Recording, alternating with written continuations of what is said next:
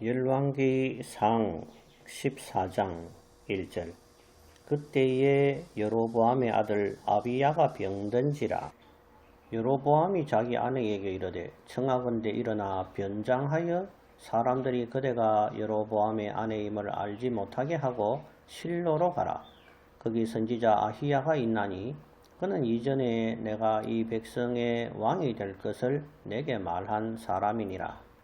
10절.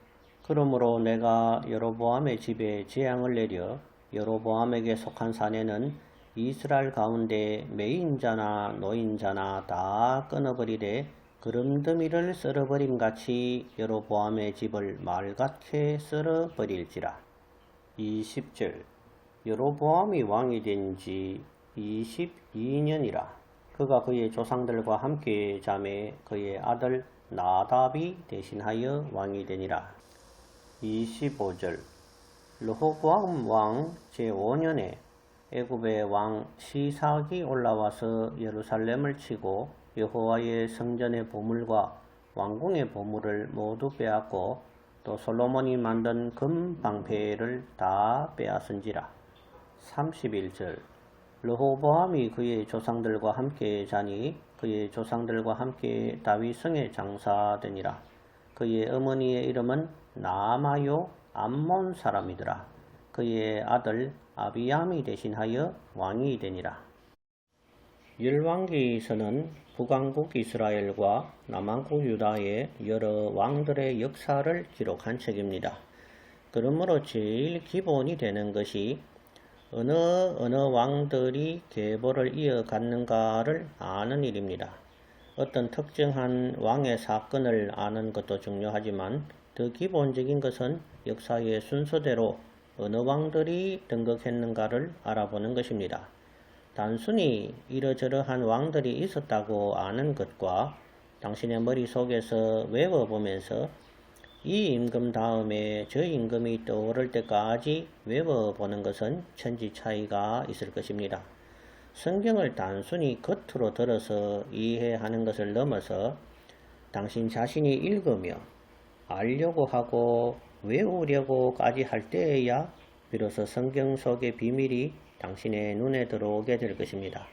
설교로 만족하는 사람은 결코 성경 속 깊은 진리를 이해하기 어려울 것입니다. 성경 말씀이 송이 꿀보다 달다는 말을 들었으나 실제 그렇게 당신 스스로 느껴보셨습니까? 설교자가 씹어서 넣어주는 성경 지식 말고 스스로 성경을 읽으며 알려고 하고 이해하려고 애를 쓸 때에 하나님은 성경의 비밀을 당신에게 열어 보여주시는 것입니다. 어려운 질문을 하는 학생에게 선생님은 더 심도 깊은 내용까지 가르쳐 주려고 노력하는 것이지요.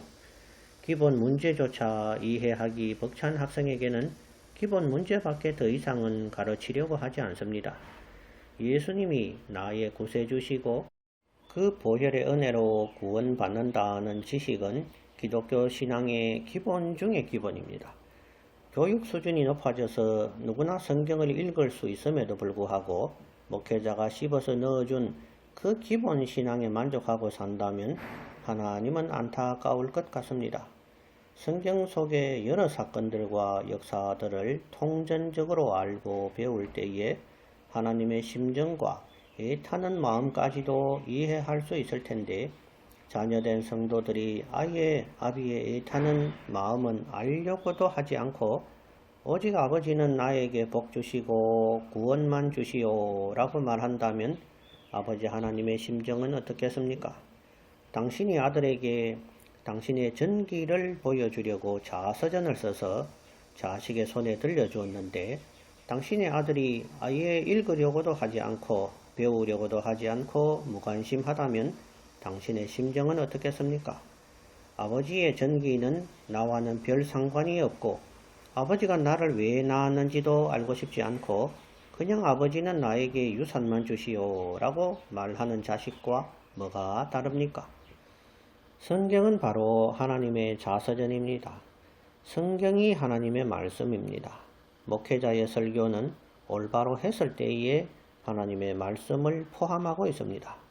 올바로 하지 않는 설교는 하나님의 말씀이 아닐 수 있는 것이지요. 미가서 3장 11절에는 제사장은 삭슬 위하여 교훈하며 선지자는 돈을 위하여 점쳤다는 말씀이 나옵니다. 당시에 제사장이나 선지자가 한 거짓말은 바로 하나님의 이름으로 말하기를 여호와께서 우리 중에 계시다. 그러므로 재앙이 우리에게 임하지 않을 것이다 하는 좋은 이야기였습니다.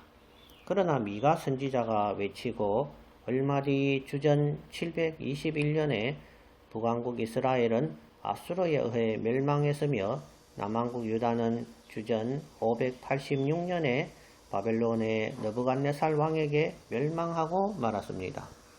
오늘날 말세지 말의 시대를 살면서 예수님을 믿으면 만사가 형통하고 복받고 무조건 평안할 것이다 라고 외치는 기복적인 설교가 미가서 3장의 말씀과 흡사하다고 생각하지 않습니까? 당시에 시골 동네 모레셋의 선지자 미가가 외친 소리를 사마리아와 예루살렘의 권력층 사람들이 귓등으로도 듣지 않았을 것은 불을 보듯 뻔한 일입니다. 오늘날도 별로 다르지 않습니다.